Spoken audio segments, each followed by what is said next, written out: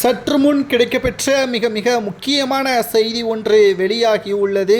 திராவிட முன்னேற்றக் கழகத்தின் மிக முக்கிய அமைச்சர் சேகர்பாபு அவர்கள் கோவில் நகைகளை தன்னுடைய வீட்டில் வைத்திருப்பதாக புகார்கள் எழுந்துள்ளது. அதாவது திராவிட முன்னேற்றக் கழகத்தின் இந்த அறநிலைத்துறை அமைச்சராக இருக்கக்கூடிய சேகர்பாபு மீது பல்வேறு குற்றச்சாட்டுகளும் எழுந்துள்ளது.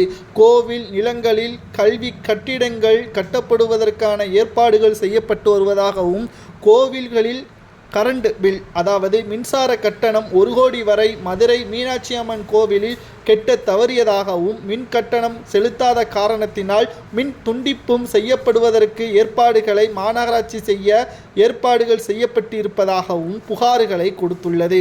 கோவில் நிர்வாகத்திடம் இருந்து தற்பொழுது திமுகவின் தலைமையும் தமிழக முதல்வருமான ஸ்டாலினுக்கும் பல்வேறு கடிதங்கள் கொடுக்கப்பட்டுள்ளது.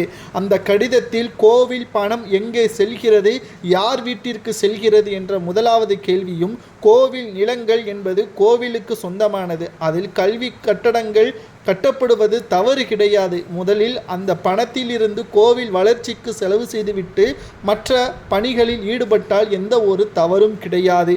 கோவில் பணங்களில் கிட்டத்தட்ட 1 கோடி வரை மின்சார கட்டணம் செலுத்தாமல் இருப்பதற்கு காரணம் என்ன? அப்பொழுது கோவில் பணம் யாருடைய வீட்டிற்கு சென்றுள்ளது என்பது எங்களுக்கு தெரிய வேண்டும் என்று மதுரை மக்களுடன் போராட்டம் நடத்துவதற்கான ஏற்பாடுகளும் செய்யப்பட்டிருப்பது பரபரப்பை ஏற்படுத்தியுள்ளது.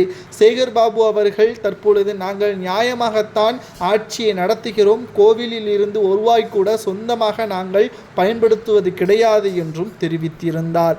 ஆனால் கோவில் நகைகளில் பல மோசடிகள், சிலைகளில் மோசடிகள், குறிப்பாக கோவில் உண்டியல்களில் பணங்கள் மாதம் வாரத்திற்கு 3 முறை என்று விசேஷ நாட்களில் பணங்கள் கட்டுக்கட்டாகவும் மூட்டை மூட்டையாகவும் எங்கே செல்கிறது? ஆனால் கோவில் வளர்ச்சி மட்டும் இப்பொழுது வரை தாமதமாகத்தான் நடைபெற்று கொண்டிருப்பதாகவும் பல்வேறு புகார்கள் திமுகவின் அரசிற்கு எதிராக முன்வைக்கப்பட்டு வருகிறது.